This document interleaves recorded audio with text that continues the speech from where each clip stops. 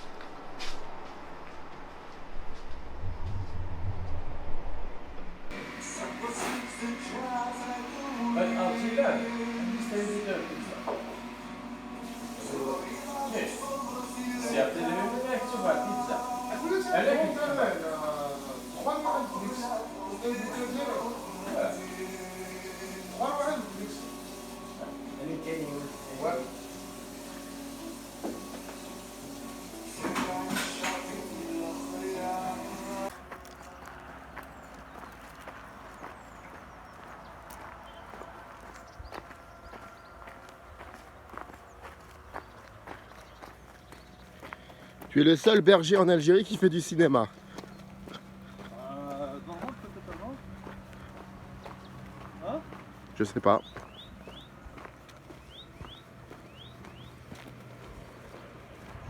Je sais pas si c'est... J'ai jamais dit que j'ai fait du cinéma. Alors tu fais quoi? Je sais pas. J'essaye.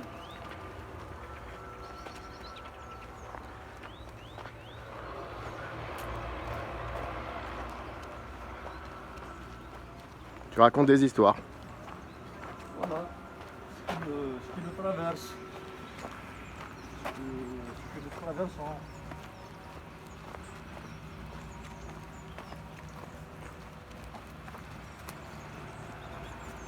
À travers ce qu'on filme, c'est quelque part voir sans les limites, le doute, les certitudes, les espoirs, les illusions, les désillusions. Explorer toutes ces frontières entre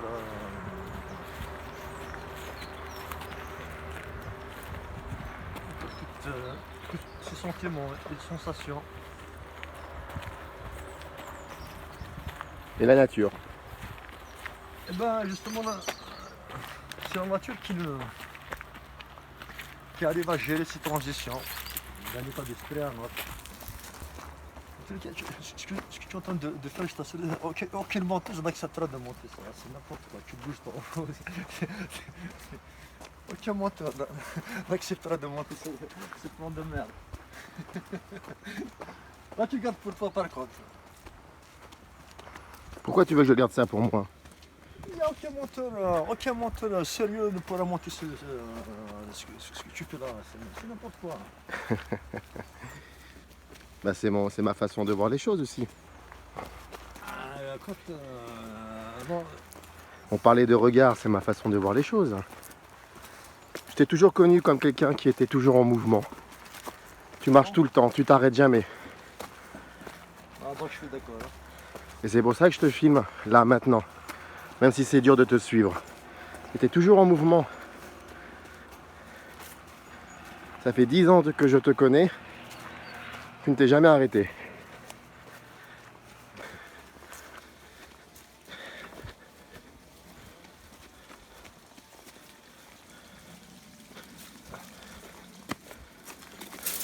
Attention. Ah ouais, oui. Vas-y.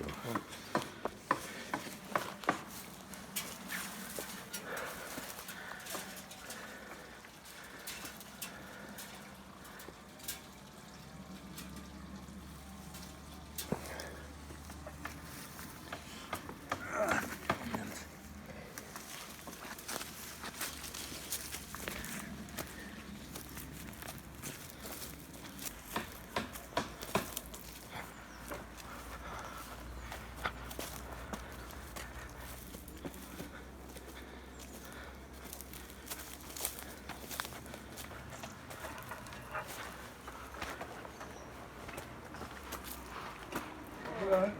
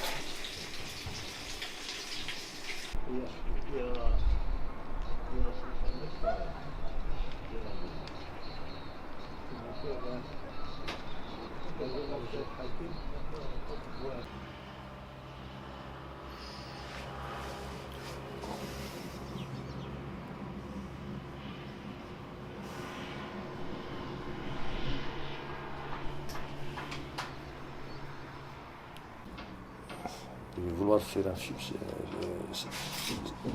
c'est un peu quand même c'est de l'énergie, vraiment de l'énergie. Beaucoup, beaucoup d'énergie. Et du sacrifice?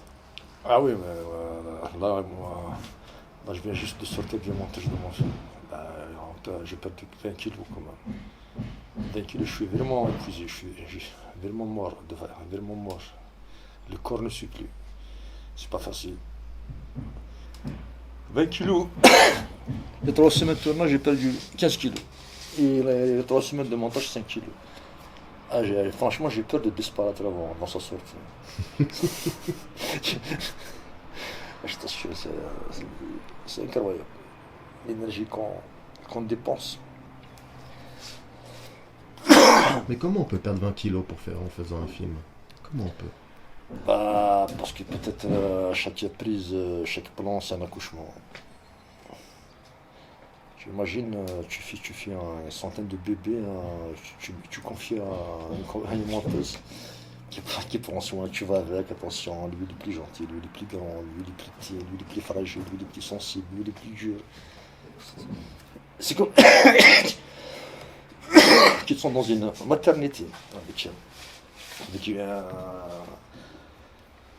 une sage-femme qui prend soin de... Non, c'est dur, vraiment c'est dur. Moi, en tous les cas, je pense pas qu'il y a vraiment du plaisir à tourner. Je pense pas.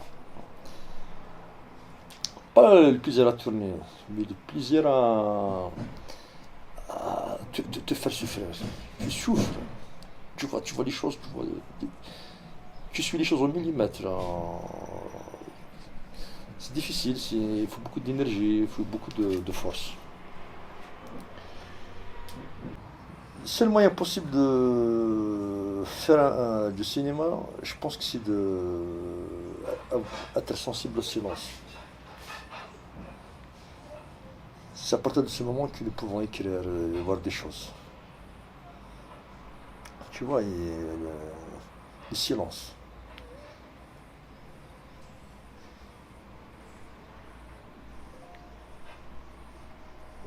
C'est pendant le silence que des choses vraies se manifestent. Le silence est le seul moment vrai. Tout le reste n'est que des phrases, des mots, tout ça c'est créé, tout ça c'est l'invention de l'homme, tout ça. Des discours, comment tu fais un film, puis quelqu'un qui vient qui te parle de choses que tu n'as pas vues dans ton propre film, et t'emporte, tu découvres, tu te dis putain, c'est vrai, c'est ce que dès ce plan. Tu dis finalement les gens ils ont vraiment la facilité du verbe, tu vois, c'est des gens qui peuvent employer 100 000 mots en 2 secondes. Tu te dis franchement puis ils passent totalement à côté des choses vraies. On ne sait rien, si tu lui donnes une caméra à aller filmer quelque chose, il aura juste ce que la caméra lui donne, mais rien de lui. Rien. Tu vois, c'est... Elle t'a donné beaucoup la caméra depuis DIA? Bah... non, c'est pas la caméra. La caméra, ce n'est qu'un support. Ce qui a donné avec le mouche, là par exemple, je ne sais pas encore. C'est vraiment ces cœurs, tous ces... Tu as 10, 15 personnes derrière toi, quand tu vois tous ces cœurs battent à 200% pour toi, pour tes rêves, tu les embarques dans une aventure comme ça artistique, humaine, ensemble, ils se sentent vraiment, tu sens de l'amour, tu sens... C'est... La caméra, elle peut te trahir. Il faut vraiment savoir, il faut vraiment que ton regard domine toutes ces conneries toutes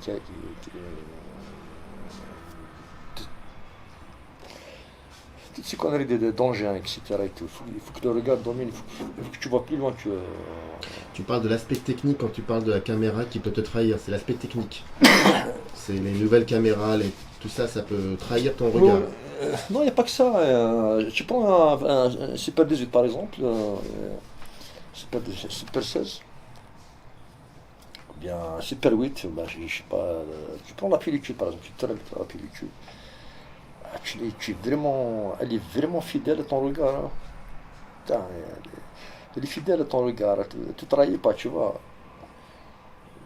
C'est comme une caméra pellicule, c'est comme ta mère qui te prend dans ses bras, qui te caresse et tout, vas-y mon fils, vas-y, grandis, vas-y, avance. Ça c'est froid. C'est froid, après il faut passer l'étalonnage, il faut faire venir des techniciens. Ceux qui ont vraiment créé la technologie sont ceux qui ont créé les religions. Ils voulaient faire de l'humain mouton, ils ont réussi. Maintenant, ce qui leur manque, c'est la liberté, c'est la création qui leur échappe. Ils ont créé toutes ces conneries, te dire voilà. À l'œil nu, tu vois quelque chose, et pour le directeur photo t'explique que quand vers le retour, tu vois, à l'œil nu, tu as de belles choses, de belles lumières. Ça passe par le regard d'abord du directeur photo, son assistant.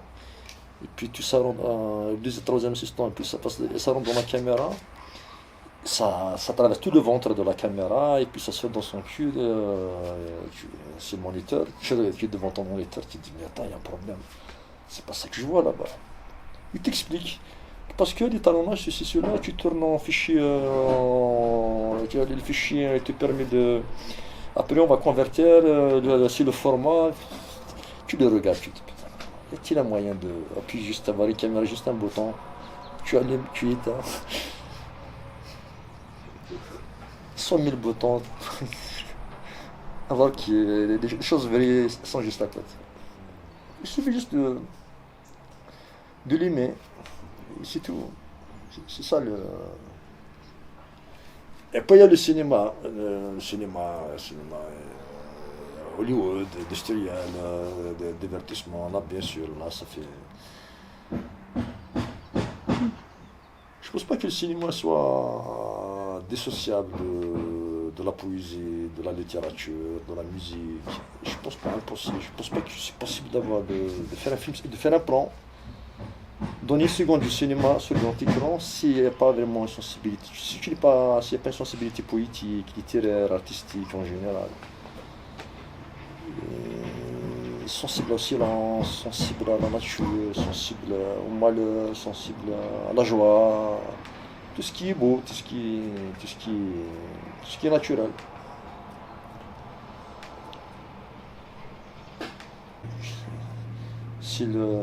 Tu vois, il y a un truc là, c'est une anecdote dans ce film, je suis tourné là-haut. Il y avait la brume, c'est-à-dire on voit rien. Et puis il y avait deux cousins qui sont des bergers avec des chevaux. Ils étaient de passage. J'ai dit au directeur photo, vas-y, prends-les. Donc il a installé sa caméra et tout. On l'a fait 2 fois, on l'a eu.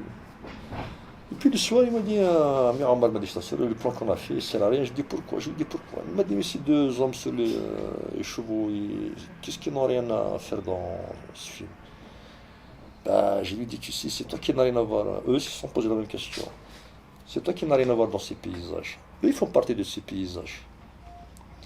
Eux, ils sont là tous les jours. Sans eux, quand je les vois, je pense à ces paysages. Toi, par contre, tu n'as rien à foutre dans ces paysages. Eux, ils font partie des paysages. Ils font partie de ces paysages. C'est comme si tu dis, pourquoi tu filmes un corbeau?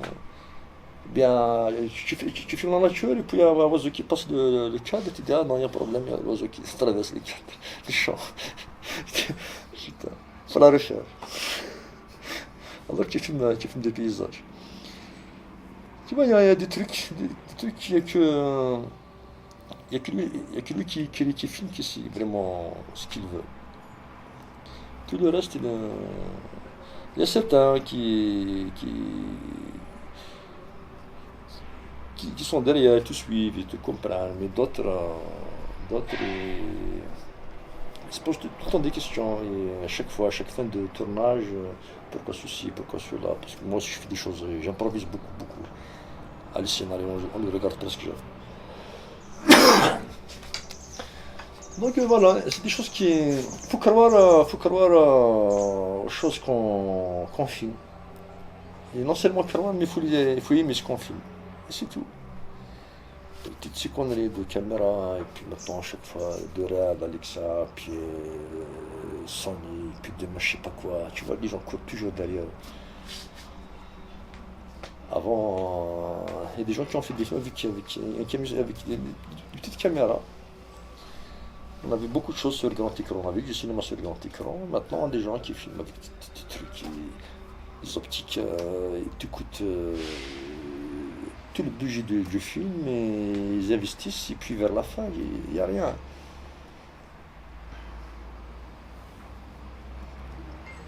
Tu te vois, toi, dans 10 ans, 15 ans, continuer encore à faire du cinéma? Je sais pas, là, aucune idée, franchement, là, je me vois même pas pour demain. Je sais même pas si je vais aller finir ce film ou pas. Je vais- Et c'est ce qui fait plaisir, justement, c'est que je pense jamais au demain, au lendemain. Je suis dans l'instant.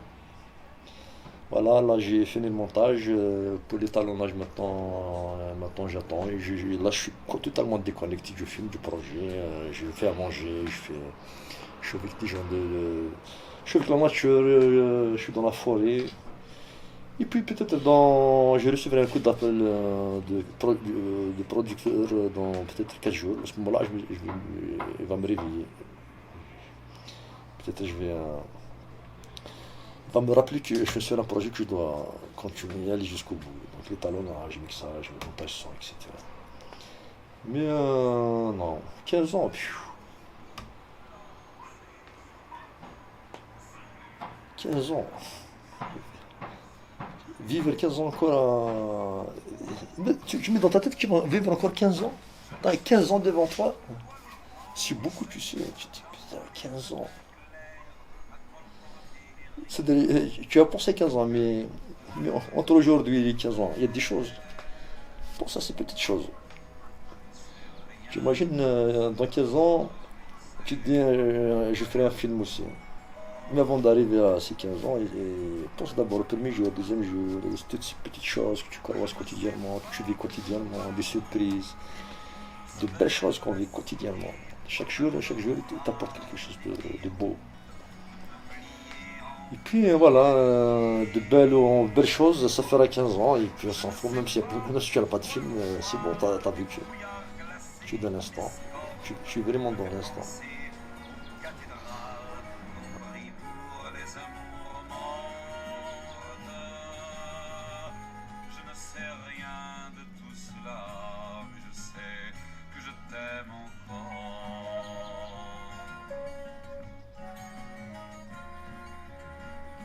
Je ne sais pas pourquoi ces rues s'ouvrent devant moi, une à une, vierges et froides et nues, rien que mes pas de lune. Je ne sais pas pourquoi la nuit, jouant de moi, comme une guitare, m'a forcé à venir ici, pour pleurer devant cette gare. Je ne sais rien de tout cela, mais je sais que je t'aime encore. Je ne sais pas à quelle heure part ce triste train pour Amsterdam qu'un couple doit prendre ce soir, un couple dont tu es la femme. Et je ne sais pas pour quel port part d'Amsterdam ce grand navire qui brise mon cœur et mon corps, notre amour et mon avenir. Je sais rien de tout cela, mais je sais que je t'aime encore, que je sais que je t'aime